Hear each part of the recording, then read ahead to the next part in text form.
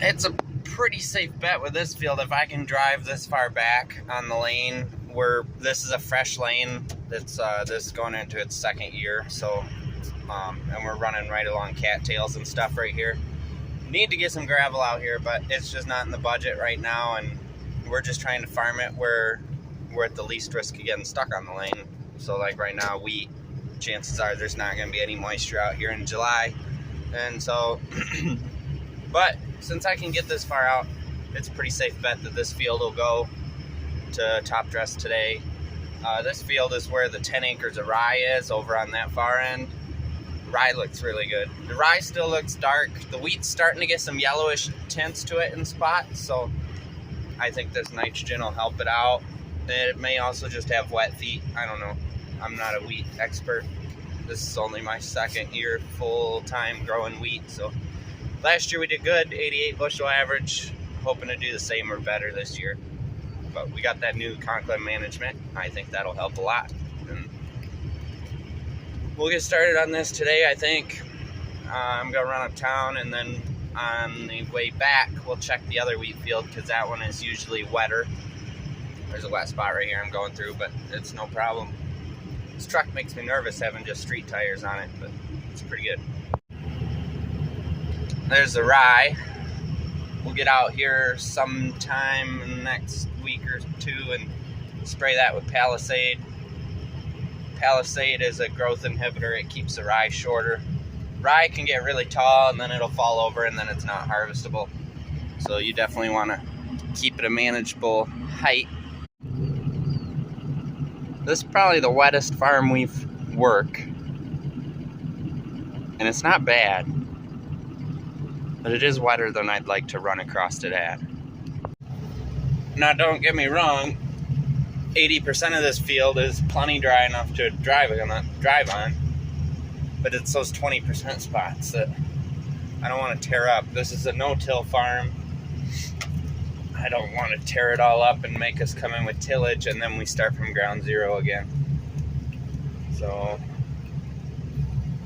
I don't know, I think we should wait.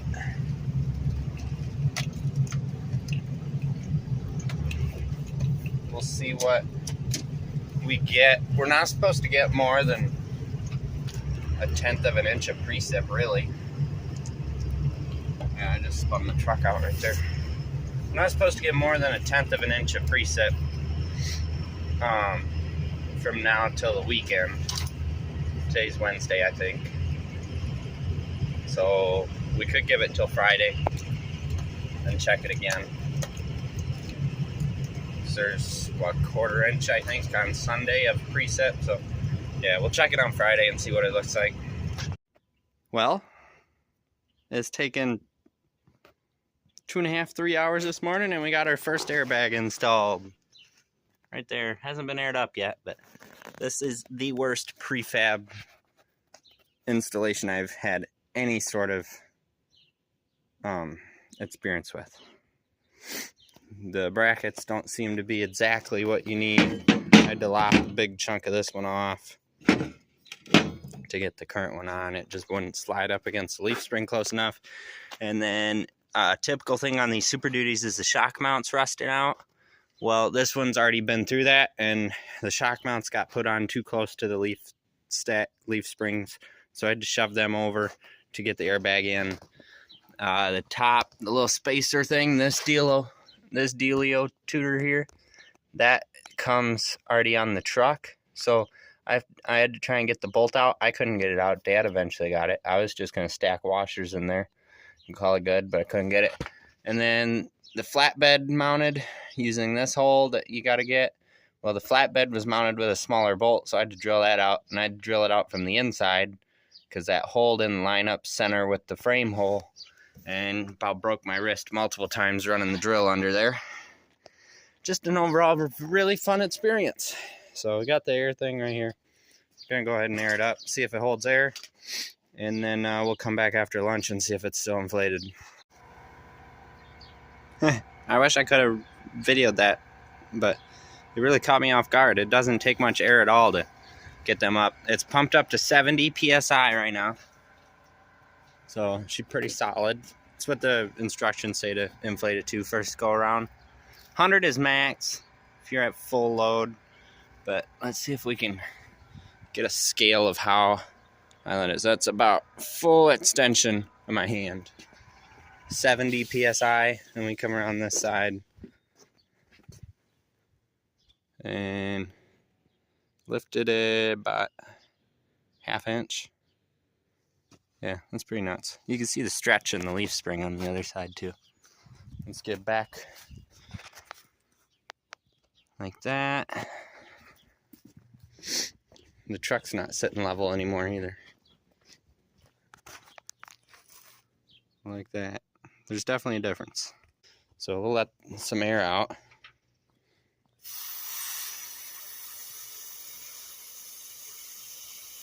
I can see the truck dropping. I don't know if you guys can. I'll completely deflate it and then I'll try and get it on video inflating. You will definitely be able to see it. So I'm just using my regular geared chuck tire inflator.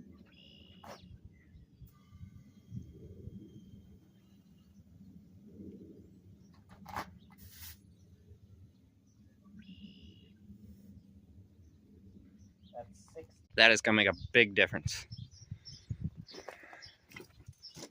Could have used it last week hauling that herbicide.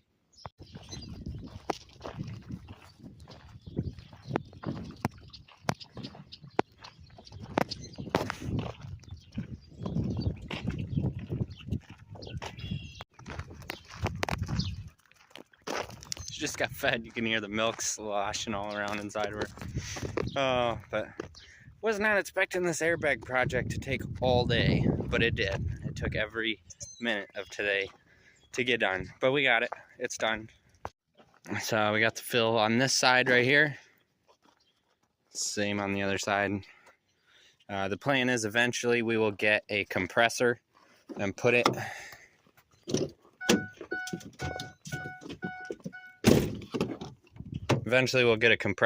behind the seat and have a toggle switch somewhere accessible, and so with a gauge, and then when we want to pump the bags up, we just hit the switch, pump them up, and then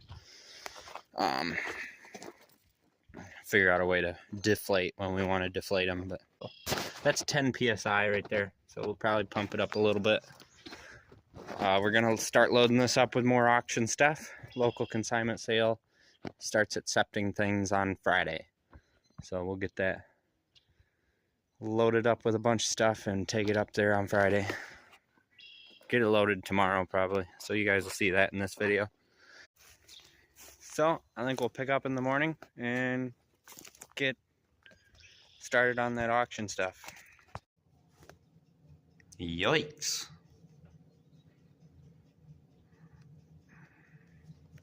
I wasn't inspecting that when I pushed off the top dress yesterday.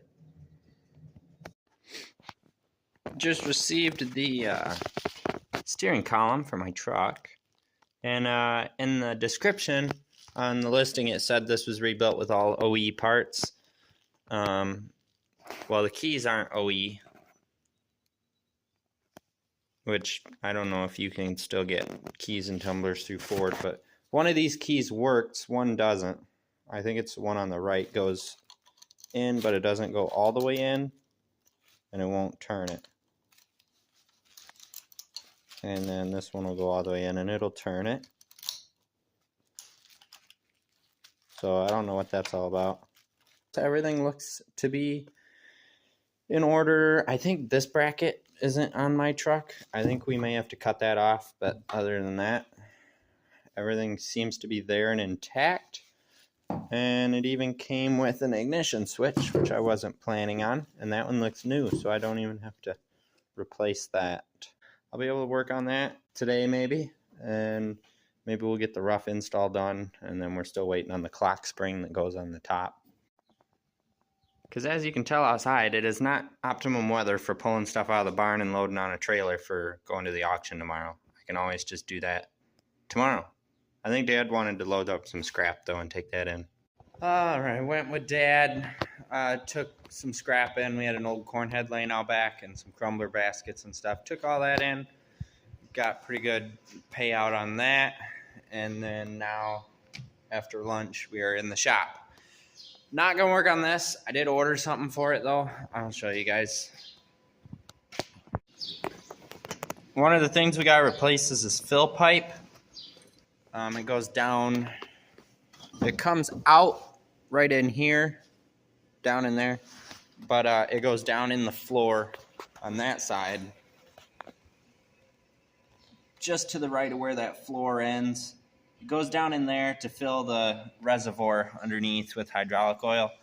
And if you remember in the, well, you haven't seen it yet, but the video that we showed, we had to easy out part of the pipe. I don't remember where it is, but we had to easy out part of it. It broke about halfway down on the threads. So we're going to replace that pipe.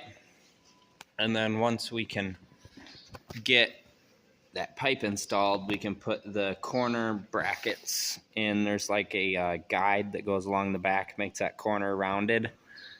And then we'll put the same in on that side. I'm going to start on the steering column. What we got to do is we got to bolt the shifting tube on. And I'm trying to think. I think the shifting tube is the only thing that goes on before we install it in the truck. So this thing will go right on there. Bushings line up. There's little bands that hold that on so it can spin. And then we got to put that little mechanism on there. So we'll get all that put on and buttoned up. And then we can install it in the truck. And then there's a little bracket that comes off like this, off of here. And we put that on. And we can get everything hooked up to this in the truck. And then the only thing we'll be waiting on is the clock spring. So then we'll be able to put the clock spring on and run the wiring for that down. The wiring attaches onto this bracket here. And then we'll be able to put the steering wheel on when that clock spring gets here. But it ain't here yet, and it said April 25th to May 8th. So this truck's going to be here a while. Here we go. Steering column completely assembled. About to go in the truck. So we'll get it in there. Past that bracket up there, I think, is where that shifter bracket hits. So we'll get it in past there. Get that shifting bracket installed. And then we can pop her into place. So these back brackets are split. They slide right on these bolt studs. That side, and there's one on this side somewhere, right there. And then these front ones are studs. Go through these white holes. White holes right there. So I'm gonna fight this thing for quite a while, I'm guessing, and then I'll see you guys in a minute. Well, I'm only an hour in and I ran out of work to do. I did not think that was gonna go that fast, but it did. There it is, installed so far. Excuse this truck, it's really dirty. Gotta get it detailed one of these days. That's what driving down the road with the windows down in the summertime gets you as a dirty truck. But anyway, fuse panels. I'm terrible with this camera. Fuse panels reinstalled. All the cowling screws are back in. Dash is reassembled except for that piece, which is right here. Forgot about this one. No. This is the way most dash components are installed.